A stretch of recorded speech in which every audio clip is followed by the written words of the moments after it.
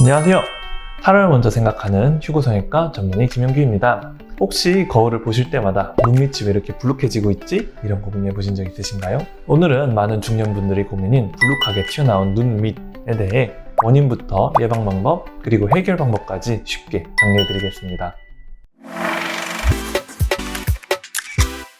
먼저 눈의 해부학적인 구조를 간단히 보겠습니다. 우리 눈은 이렇게 뼈로 된 상자 안에 있다고 생각하시면 되는데요. 이 외부 충격으로부터 보호를 하기 위해 이 상자 안에 눈 바깥으로 지방이 둘러싸고 있습니다. 이 둘러싸여진 지방은 젊었을 때는 경막이라는 단단한 벽이 지켜주고 있지만 나이가 들면서 이 경막도 약해지고 우리 눈 둘레에 있는 근육도 약해지면서 지방이 점점점 더 앞으로 튀어나오게 됩니다.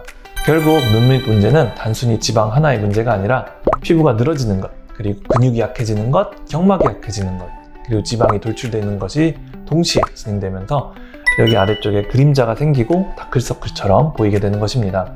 그렇다면 이런 현상을 어떻게 예방할 수 있을까요?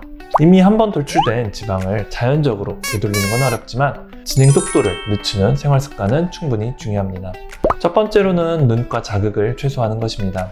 특히 무의식적으로 눈을 세게 비비는 습관이 있으신 분들이 많으신데요.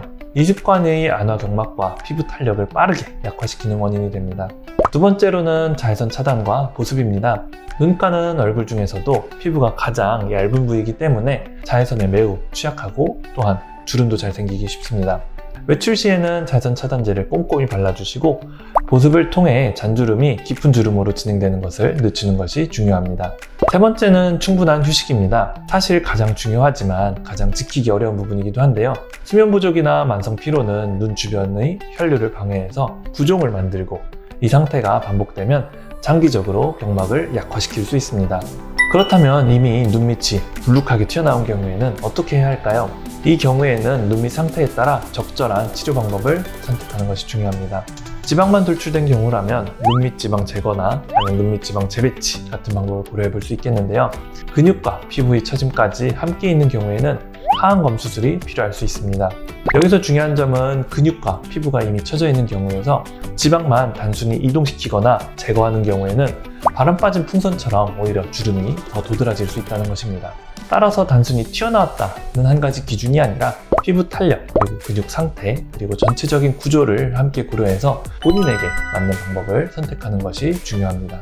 마지막으로 거울 속 눈밑 변화가 점점 신경 쓰이신다면 단순히 미용적인 고민으로 넘기기보다는 정확한 진단을 통해 원인을 파악하는 것이 중요합니다. 본인의 상태에 맞는 방법으로 가장 자연스럽게 젊어 보이는 인상을 되찾으시길 바랍니다. 이상 사람을 먼저 생각하는 휴고성형외과 전문의 김영규였습니다. 감사합니다.